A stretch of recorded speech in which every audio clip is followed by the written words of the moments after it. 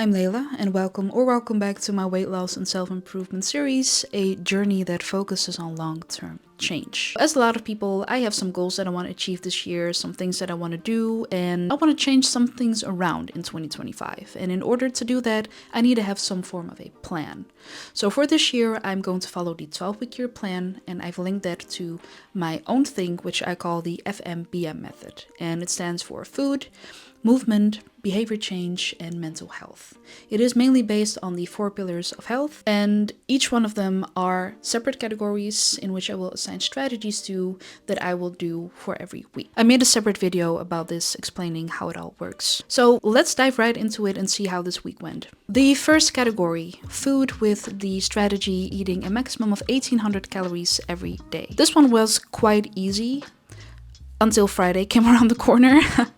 So I forgot that on Friday I would have a dinner with friends and colleagues. And so when I remembered, I said to myself, okay, if you're going to eat more than 1800 calories, that is fine. It's a special occasion. However, don't overdo it. Don't just throw the door open and eat yourself a heart attack, which I didn't. I eventually ate around 2300 calories, which I thought was decent. I thought maybe I would hit 2800 or 3000 calories, so I did some damage control. The dinner was a late Christmas dinner and we all had to make our own dish. I made stuffed portobello mushrooms with oyster mushrooms, shallots, garlic, basil, and cheese. I made it at 4:30 in the morning, which I will never do again. I mean, what I made was delicious, which I did not really expected that because I'm not the greatest cook, but it was delicious.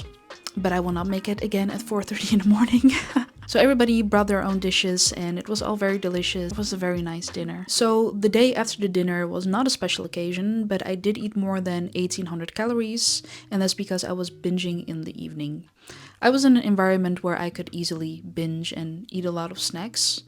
And instead of me getting out of that environment and getting out of that circumstance and do something else like a hobby or go to bed early or sit at my desk and read or something like that, I stayed where I was and I got influenced by it, and it had a great impact on me, and I was just mindlessly eating.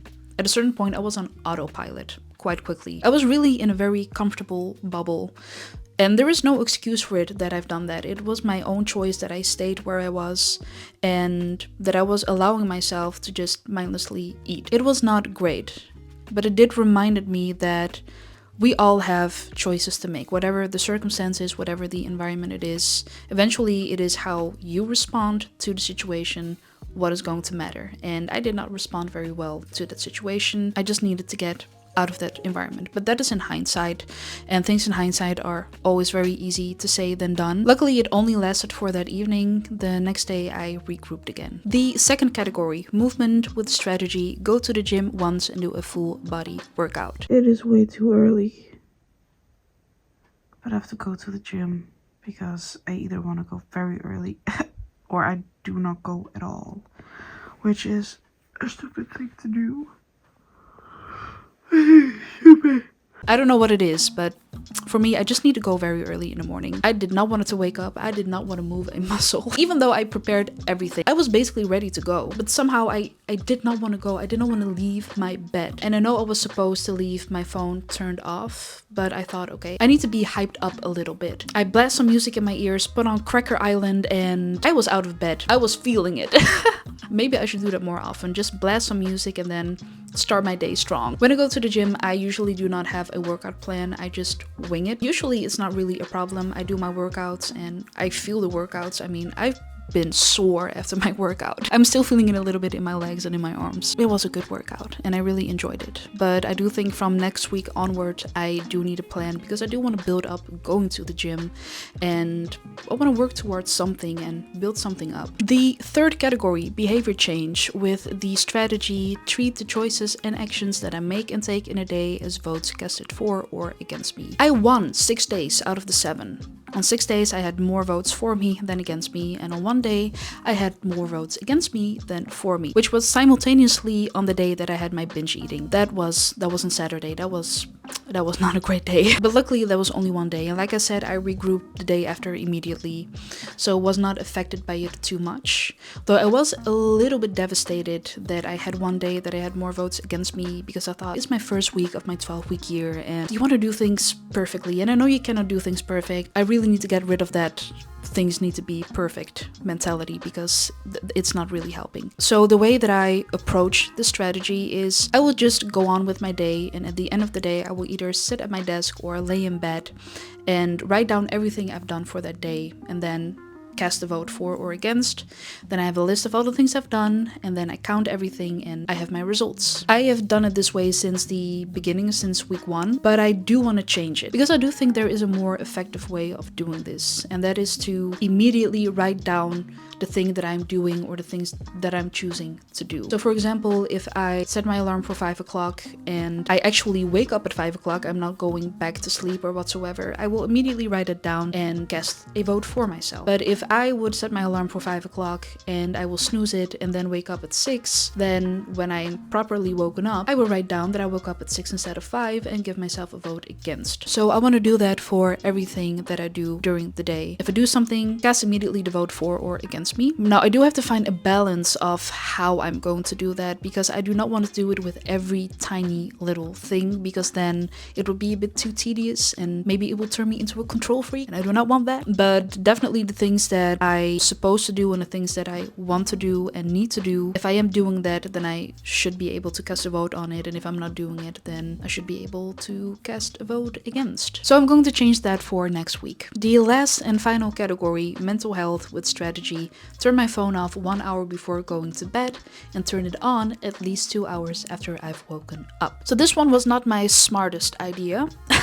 I want to get rid of my phone problem, because I am glued to my phone too much and I'm being stimulated by my phone too much. I already deleted social media over a year ago.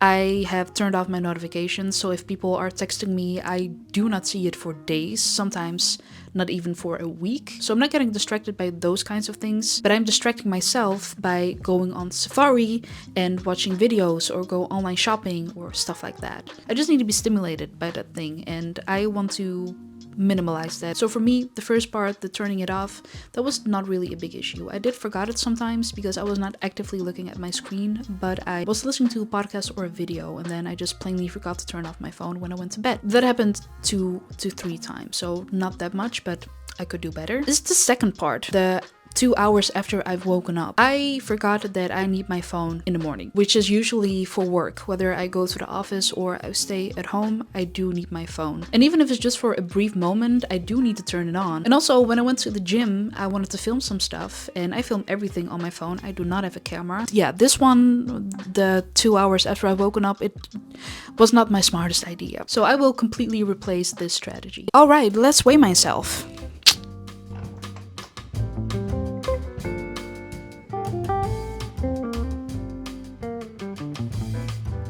Well, I've lost some weight. It's not as much as I thought it would be, but nonetheless, 0.4 kilos, I take it. If I keep on going like this, then eventually I will get my goal to weigh 99.9 kilos at the end of March. Though I need to lose more than 0.4 every week though, but I will get there. These strategies for next week. So for category food, I will again eat a maximum of 1800 calories a day. This time I do have a special occasion again, so I will make the exception. For Tuesday, I will go out for dinner with my family to celebrate something. For movement, again, going to the gym once and do a full body workout, although this time with a workout plan. For behavior change, again, treat the choices and actions that I make and take in a day as votes casted for or against me. But this time I will write down the action or the choice immediately and immediately cast my vote, instead of writing it all down at the end of the day. And for mental health, put an app blocker on my phone for 21 hours on the most distracting apps. So that was it for this week. Thank you very much for watching, and I will see you in the next. Tabé.